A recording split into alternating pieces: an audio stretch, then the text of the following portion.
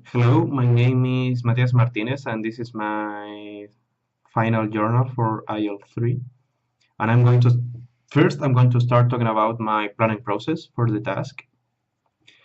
First off, I'm going to start saying that my preparation for this oral task was different from other tasks in the past. For example, in my first year, uh, I used to search for activities to do to prepare and to improve my speaking skills. But now what I did was different because I recycled some activities that I did in classes, not just in IEL III, but in IEL I and II as well.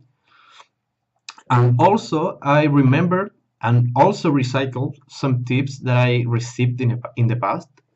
For example, in IEL I received a tip from Leandro Silva, who was my teacher, one of my teachers, and he told me that when I'm having problems with a word, I should search for the correct pronunciation and repeat it at least 7 times. And if I do that, I won't have problems pronouncing it correctly again. Also, one of the tips that have saved my pronunciation was a tip that I received from my teacher, my homeroom teacher in IEL I and IEL III, sorry.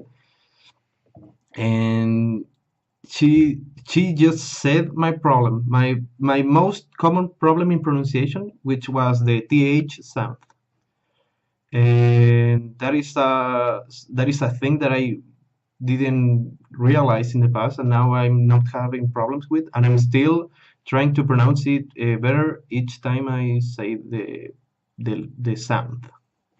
For example, I used to say thing instead of thing. Thinking, critical thinking, the thought. I used to say it like it was an F, and that was a problem. And besides that, I rehearsed with my group for the oral presentation, and it was very helpful for me because I don't know, it was better.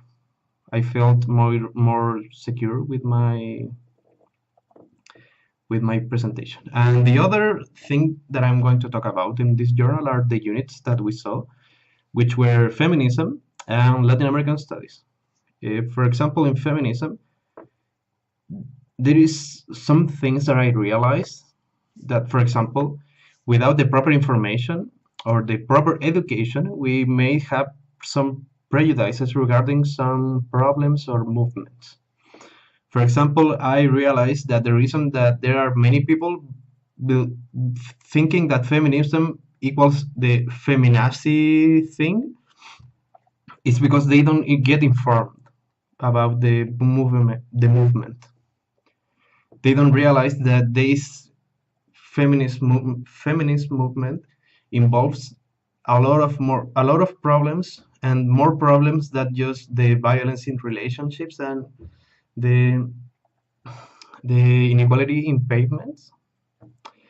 And in Latin American studies, we had problems because we didn't have enough time to study the unit in classes. But we still, with my group, managed to search for the information, talk with our philosophy teachers, and we also managed to realize that it had a lot to do with the unit of identity that we saw in IL1. We learned that these movements can shape tremendously. I don't know if it's correct what I just said, but it can shape a lot our identity. For example, this is the colonization happened like almost more than 200 years ago, and it's still a thing that is being studied and analyzed a lot. So I think that it should still be studied at schools and at university, because we should not move forward without having aware, without being aware of what happened in the past, about the violence and the atrocities that happened in the past. And that would be my journal. Thank you all for watching.